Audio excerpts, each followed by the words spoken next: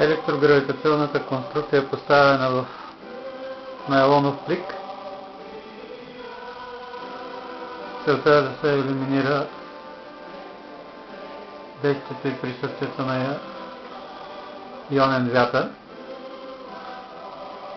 и движение, основано на ионен вятър. Даваме захранващо напрежение от 31 кВт постоянно и виждаме как започва да се движи заедно с пликът. Тази конструкция спокойно може да работи във вакуум. Не е нужна каквато и да била въздушна или газова или течна среда, за да може да се движи свободно в пространството. Взаимодейства с етера,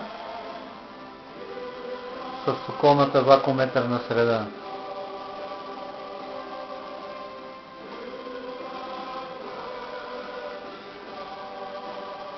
Вакууметърната среда, която изпълва цялото пространство в Вселената, тя е флуидът,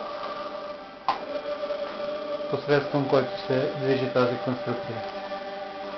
И всяка една основана на принципа на електрогравитация.